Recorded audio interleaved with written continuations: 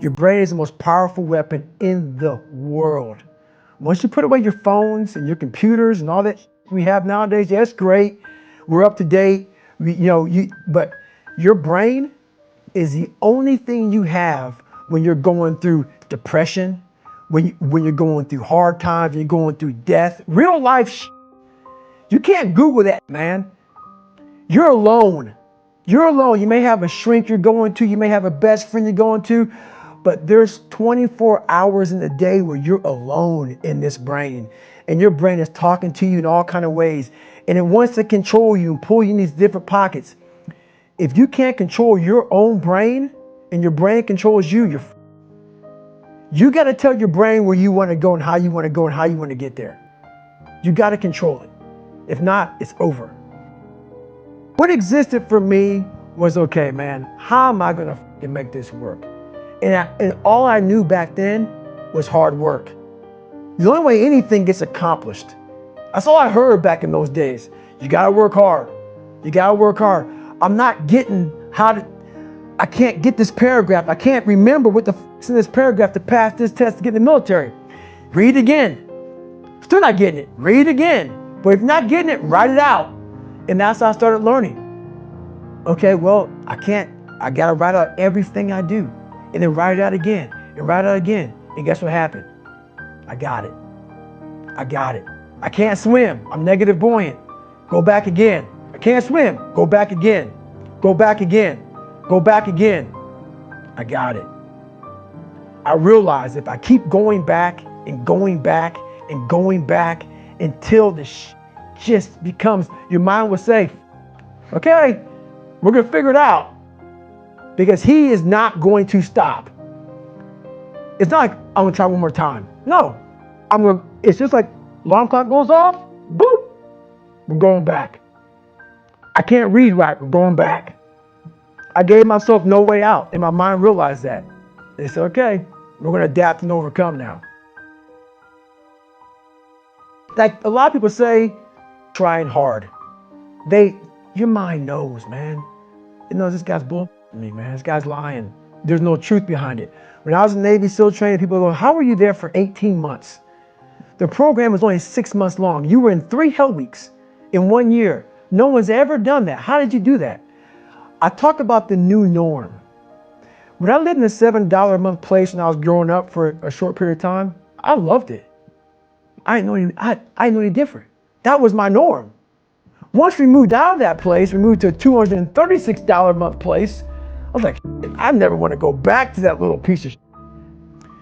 But if you go back to that $7 a month place and you realize this is where I live, this is all I got, your mind says, roger that, this is home. So when I was going through Navy SEAL training for 18 months and going back through all the hard parts over and over again, I told myself after the first time, I knew it was gonna be a long journey there. My body was breaking down. It was just how it was going on. I said, you know what, this is my new norm. So my mind said, it's like going to work. Like you go to work, you put your suit and tie on, I go into suffering every day. Every day suffering, being broken, duct taping my feet up, stress fractures, shin splits, being broken. This is my new norm. And your mind says, if we're not broken, this ain't normal. We gotta be broken. So then your mind starts to get tougher and tougher and more callous. People, how did you run on broken feet? Broken shins. My mind knew this is how we operate. We're in Navy SEAL training. This is what we are. I became hell. And that became my new norm. I gave myself no way out. There was nothing outside these walls of hell. Nothing. I love God, but for a short period of time, I became the devil because that was hell. I became the boss, the owner, the CEO of Navy SEAL training. That was my mindset. And that's how you get through things. You immerse yourself in wherever it is, and you become that. You become that and give yourself no way out. When I was 297 pounds and I was fat as hell trying to be a Navy SEAL, the scariest thing in the world to me, even to this day, was that could have been the rest of my life. I thought then I was trying hard. That's the scariest thing in the world. I thought then 297-pound, working for Ecolab, spraying for cockroaches, making $1,000 a month. I thought that was me at my 100% potential. Come to find out, a few years later, I wasn't anywhere near that. 106 pounds less, graduated Navy SEAL training, went on to do all these other things. Looking back on that, that was me trying hard. That's why people gotta understand what is in us. We have no idea until we start trying hard. And I mean really trying hard, where you're obsessed with, hey, this is my new norm. My new norm is that, wow, this isn't always fun. It's not always meant to be fun. And that's when you know you're trying hard. People hear my story and think this guy is sadistic. I realized how the brain works. I figured out how the brain works. I'm a scared kid, and that's what gives me so much power. I had no foundation, and I built this off of just researching the mind. The feeling you get is basically invincibility. You realize that you can't do it all the time. When you need to do it, I know I can go to a place that I can live in. And when you know that you can run on broken legs and you can do certain things that a lot of people can do, but they're not willing to do, this power, this sympathetic nervous system of fight or flight, and you're fighting, it gives you this charge of energy of when you're sitting there at 3:30, 4 o'clock in the morning and you're duct taping your feet up because they're broken, and you're doing it by yourself, and you're going through arguably one of the hardest training in the world. And these guys, most of them are healthy, and you're going through it broken, and you're already at a disadvantage, but you're still there. You can feed into that and tap into that for a lot of power. But if you look at it, well, I'm broken, man. I'm not gonna make it. But if you look at it as, man, I'm broken and I'm still here. And I'm fighting, and I'm gonna find a way to get through this because I have no other place to go. It gives you a lot of power.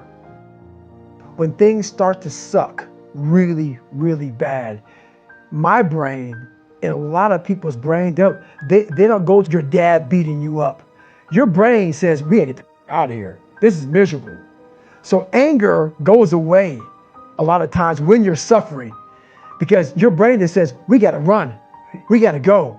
So that anger is not popping up saying, oh, I wanna show them, I wanna show those people. No, there has to be a much deeper. When I say deeper, it has to be down to mineral soil. It has to be down to that nice mineral soil where nothing can burn. You can't burn dirt. So it has to be down that low, that literally is something in you that's at the core of your soul. But you don't find it unless you spend a lot of time with what you want to be in life. I can't give that to you. Right. You can't give it to somebody. When you find your true passion in life, and my passion for me was like, oh, I want to be, I don't give a Navy SEALs, Army, I don't give a shit. I want to serve my country. I want to be someone that I'm proud of. I want to look at myself in the mirror because I was so disappointed. That accountability mirror I talk about, I was so disappointed in what I saw every day. I wanted everybody to love David Goggins. And a lot of people did. I didn't love myself.